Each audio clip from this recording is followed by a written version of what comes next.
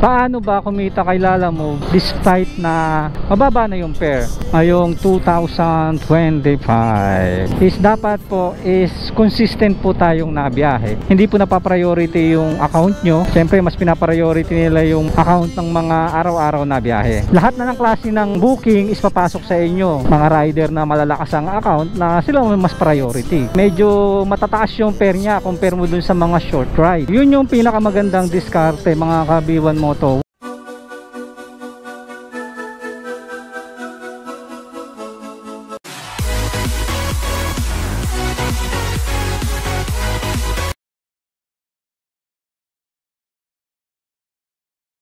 Good day mga ka-B1 Moto and welcome to my vlog. For today's video is pag-uusapan natin kung paano nga ba kumita kay Lalamove ngayong 2025. FYI lang mga ka-B1 Moto, lahat ng sasabihin ko is based lang po sa aking experience bilang Lalamove rider. I'm Lalamove rider since 2019 and sa ngayon po is naglalalamove pa rin po tayo pero part-time na lang. Disclaimer po tayo dyan mga ka-B1 Moto. Bali ang topic natin ngayong araw mga ka-B1 Moto is pag-uusapan nga natin kung paano ba kumita kay Lalamove despite na mababa na yung fare kay Lalamove. And ito is mas priority nitong video na to is para dun sa mga newbie, pero may halong newbie and experienced rider to. Pero sa experienced rider I don't think na kailangan pa nila tong video na to, pero kung gusto nyo lang marinig yung mga sasabihin ko, pwede man kayo manood.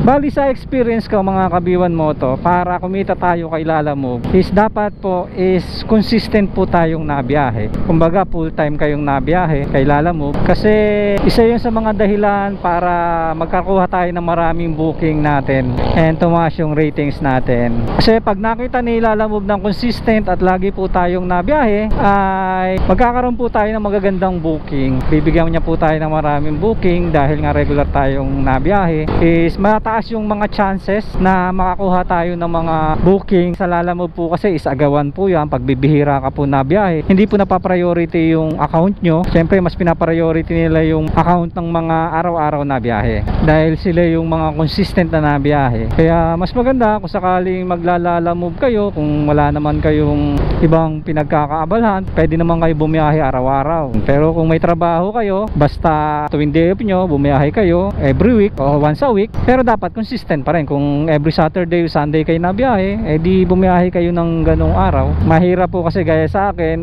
yung account ko dati is nagpahinga po ako. Taon ako nagpahinga, nung pagbalik ko hindi ako ganong makakuha ng booking. Actually until now hindi ako makakuha ng magagandang booking sa ngayon. Nag-iba na kasi yung kalakaran ni Lalamove. Ngayon kasi is may ratings na. Kung malakas yung mataas yung ratings mo, mas priority ka sa booking. Regarding just sa ratings na yan, meron po akong vlog nyan, check nyo na lang po doon sa channel ko. And sumunod po, doon para sa mga newbie na naman po dito, is kumuha po tayo ng Lalamove bag and then ipa-register natin. Wag po kayo bibili ng Lalamove doon sa mga kung sino-sino lang dyan, kasi yung Lalamove bag po kasi na yon is nire-registered kay Lalamove yun, na makikita po sa system yon na may Lalamove bag na kayo. Once meron po kayo noon, marami na pong booking na napasok sa inyo. Halo-halo na po yung booking na napasok sa inyo. Lahat na po ng klase ng booking papasok sa inyo. Hindi katulad pag wala pa po kayong bag, ang papasok lang po sa inyo na mga delivery is yung mga parcel lang na maliliit. Hindi na kailangan ng bag. Kasi kung kukuha po kayo ng bag dun sa may mga nabibili nyo lang sa tao-tao lang online, wala rin silbi po yun. May bag lang ho kayo, pero hindi po activated yung account nyo na may bag kayo sa system ni Lalamove, which is yun po yung pinaka-importante. Kasi pagka ganun po is lahat na ng klase ng booking is papasok sa inyo. Yung mga booking na kailangan ng bag, pag yung wala kayong bag, limited lang yung mga ibibigay sa inyo na booking, kasi mga maliliit na parcel lang yun dahil alam nga ni Lalamove na wala pa kayong bag, is yung mga maliliit lang o konti lang po yun. Pero meron namang mga bumabiyahe na wala pang bag, kumikita naman sila, pero syempre depende pa rin sa diskarte yun. Kung gaya niya, pag bago pa lang kayo, hindi pa ganun kataas yung ratings ninyo, konti lang yung papasok na booking sa inyo. Hindi rin naman lahat po ng booking na papasok sa inyo is makukuha ninyo, yung mga pipiliin ninyo, dahil po meron din mga rider na malalakas ang account na sila mas priority. Nasa sa inyo po kung paano diskarte gagawin ninyo, pero I suggest na kumuha kayo ng bag. Pangatlo is kaya nyo po mag long ride po kayo, dahil malalayuan siya, medyo matataas yung pair niya compare mo dun sa mga short ride. Pero kung nagpapataas kayo ng ratings, pwede naman kayo mag short ride muna. Pero kung talagang gusto nyo muna kumita, maganda yung long ride. Kasi once na nakakuha kayo na long ride, is medyo maganda-ganda yung pair nun. Kung compare nyo dun sa may short ride na makakuha kayo, pick up drop, kaso medyo matagal po ang kitaan dun. Hindi katulad po sa long ride. Kunyari, makadali ka ng isang long ride na maganda-ganda ang pair, kita mo na yun. Tapos pabalik, puro long ride. So mas mabilis yung kitaan po kasi sa long ride dahil malaki po yung pair niya. And then ang idudugtong natin doon sa long ride natin is yung double booking. Yun yung pinakamagandang diskarte mga Kabiwan Moto. Once na nag long ride kayo, lagi nyo pong sasabayan. Pinakamaganda po yan dahil malaki po ang pair niya. Isabayan nyo po siya ng on the way dun sa pick up mo sa drop nyo. Para isang takbo nyo, obviously double booking, para dalawa agad sa isang takbuhan ninyo. Yun po yung ginagawa ng mga ibang experienced rider na pagka naglo-long ride sila. Ako po, mahilig po ako sa long ride dahil mas mabilis po yung kitaan sa long ride. Once na kunyari maka-double booking ka sa isang long ride, palagay na natin 200, so may 400 na po agad kayo roon na kikitain. And then pabalik po, kunyari ganun din po, pabalik po is 200 po uli, makaka 800 na po kayo. Madali pong sabihin pero medyo komplikado po at medyo mahirap din po kasi magkumuha ng double booking sa long ride. Medyo natatagalan po yung ibang rider na yan, kaabang, minsan po hindi nyo po makukuha. Pero once naman po nakapag long ride kayo, sulit naman po yun. At hindi po kayo lugi sa gasolina and hindi kayo lugi sa takbo. At kikita kayo ng mas mabilis. Ganun po yung ginagawang diskarte ng mga rider, veteranong rider na mas pinapriority yung long ride. Ako po kasi, ang diskarte ko po sa Lalamove, sa umaga po, gagawin ko po, maglo-long ride po ako. Pag bumiyahe po ako ng whole day. Tapos mga after lunch, pag nakabalik na ako doon sa lugar ko, is puro short ride na lang. Doon na lang sa amin ang kinukuha ko para hindi na ako lalayo. Pero kung sakaling maaga-aga pa naman at gusto ko pa, di pa ako pagod, gusto pang bumiyahe, naglo-long ride uli ako pabalik. Hanggang pag uwi sa malapit na sa amin, doon ako nagso-short ride. Yun ang kagandahan sa short ride. Pwede kayo mag-triple booking. May mga diskarte po dyan kung paano mag-triple booking. 4 na booking. Kukuha lang kayo ng 2 regular and 2 pooling. Hindi po kasi pwede yung 3 regular. Kung sakaling gusto nyo ng detalye tungkol dyan, marami naman po kayo masasearch niya regarding dun sa pagkuha ng double booking, triple booking na yan. Marami naman po kayo mapapanood yan. Pwede nyo naman i-search na lang yan sa YouTube. Hindi ko po masasabing sa ngayon yung mga detalye niyan. Next po is, syempre lagi po tayong mamimili ng ating mga takbo kung talagang gusto nyong kumita. Ako po kasi mapili po ako sa mga long ride na tinatakbo ko. Syempre inaano ko rin po na hindi ako lugi sa pair.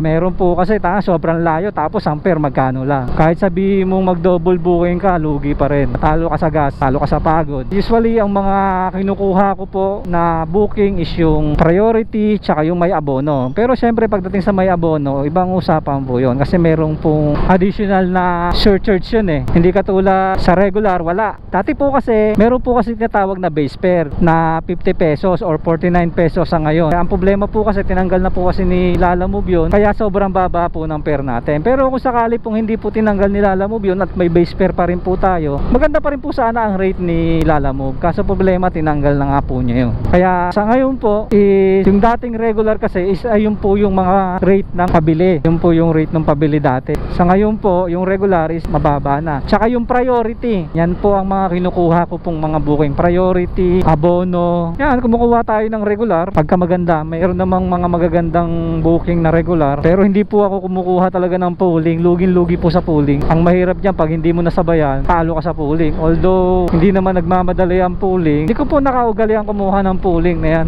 dahil para sa akin lugi ako dyan. Once po kasi na kinuha nyo ng kinuha ang pooling, hindi po tatanggalin ni Lalamove yan. Lugi ka na nga sa regular pair tapos kukuha ka pa ng pooling, mas lugi pa, diba? Maliban na lang kung meron ka ng nakuha 2 booking tapos sasabayan mo ng gusto mo pa ng isa pang booking, pwede ka kumuha ng pooling. Kaya po yung mga diskarte nila dyan. Pero kung kukuha ka ng pooling tapos wala kang makuha na kasabay, nako, yun ang magiging problema mo.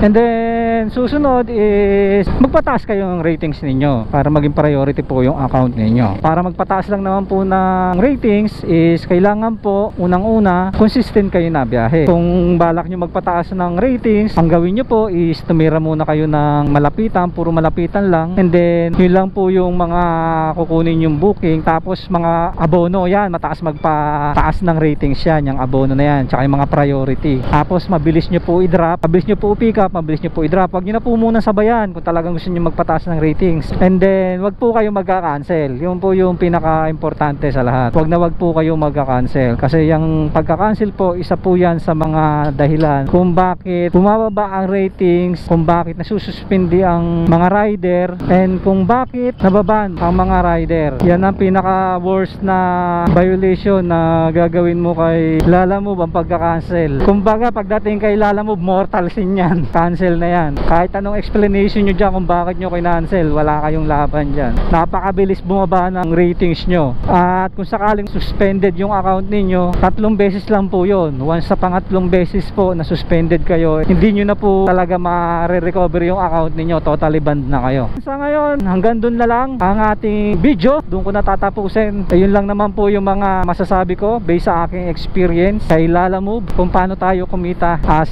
part-time or as full-time. So same lang naman po ng diskarte ang ginagawa nila dyan. And kung may mga nakalimutan ako, at kung may mga nanonood na mga experienced rider, pwede nyo naman po i-comment kung ano yung mga diskarte ninyo para matulungan po natin yung mga newbie na nagbabalak o bumabiyahe na sa ngayon, para naman matulungan natin sila na kumita rin kahit pa paano, at mabigyan sila ng guide at matulungan natin sila sa araw-araw na biyahe nila. Kung nagustuhan nyo tong video na to mga ka-B1 Moto, please consider to like, share, comment, and subscribe. Pakihit na rin po yung notification bell para updated kayo every time mag-upload ako ng video. And always remember mga ka-B1 Moto, pray before you ride, ride safe, God bless. B1 Moto out. Bye-bye!